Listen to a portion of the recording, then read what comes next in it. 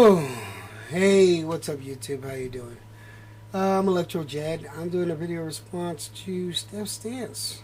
Somebody that I actually like a lot, and we got into a conversation this morning. The subject of tenderness, kindness, and wanting and closeness. And then after that, you know how women like to be held and kissed, and just want to fuck.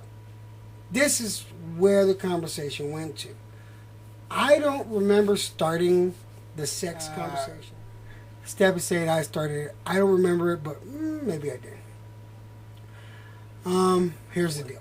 What women can do to a woman compared to what a guy could do to a woman, and that women are more tender with a woman than a guy would be with a woman. These points, I could see where she's going with it, but I have to disagree because I think it's all in the mindset. If you are the type of individual that's a pleaser, it shouldn't matter if you're a guy or a girl.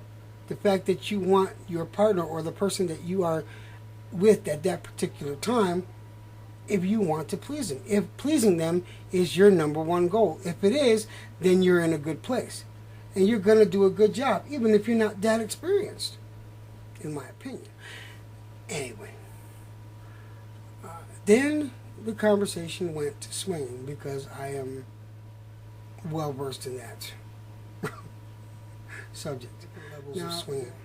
There are some couples that swing where they change partners and they interchange guy girl, guy girl girl.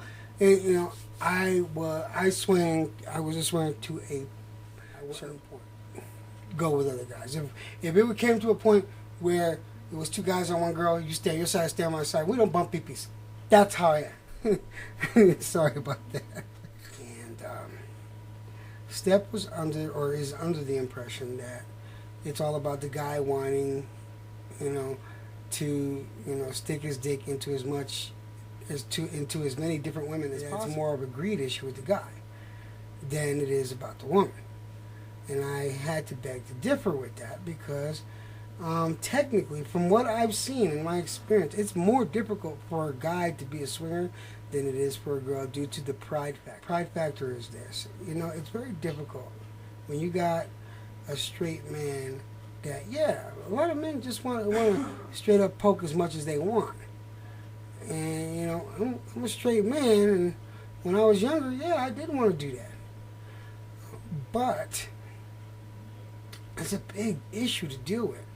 We could. A lot of men would do that. They would stick their pride into anything, and as much as possible. But when it comes to the woman that they are slept with, or whoever they stuck at that particular time, when it comes to them stepping up and sleeping with somebody else, that bothers the guy.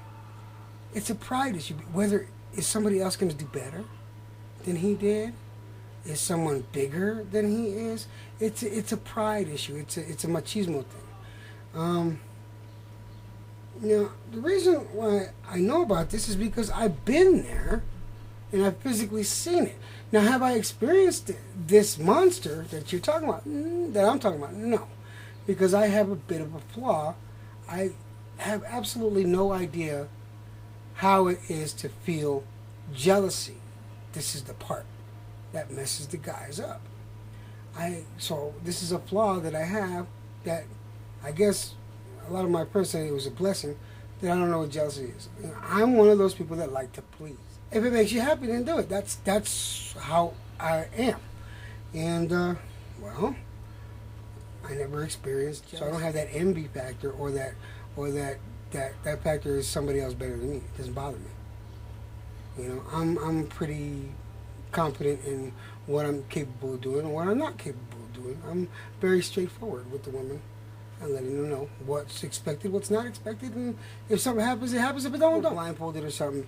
Could you tell if you're being stimulated by a man or a woman? Let's look at that.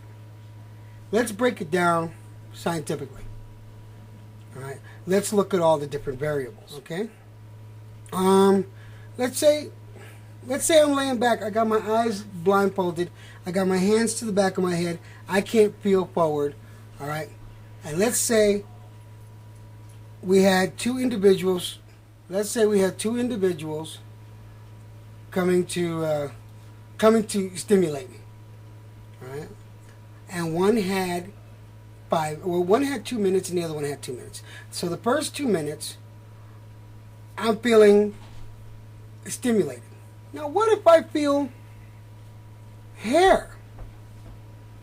Of course, I'm gonna know that's a guy, because I'm thinking that a woman's not gonna have this much facial hair, razor stubble, you know. Now, of course, I'm gonna know it's a guy. Let's change the variables now. What if you're blindfolded? Your hands have to be behind your head, okay? And both people have shoulder length hair, right?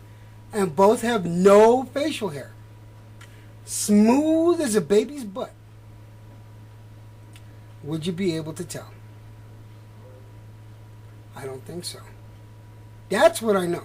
Whichever one of those two is the pleaser, or more of the pleaser than the other, is going to do the better job stimulating. That's my honest opinion. Now, mind you, I'm telling you from a position, I'm not gay, but looking at it realistically, taking it down to a science. All right, breaking it down to a science. All right. If both participants that are doing the stimulating, have similar features, very smooth faces, and you're getting stimulated down there, I'm sorry, I don't think you'd be able to tell who's the guy, who's the girl. But whoever pleases more, who's ever more of the pleaser of the two, is going to do the better job. Now, who's going to do a better job on a guy? Would it be a girl or a guy? Well, I heard the jokes. I watched comedians. Comedians said, a lot of comedians give a guy a blowjob than another guy. That doesn't necessarily mean the truth. Just like it doesn't mean that a woman can give can practice cunnilingus on a woman better than a guy can.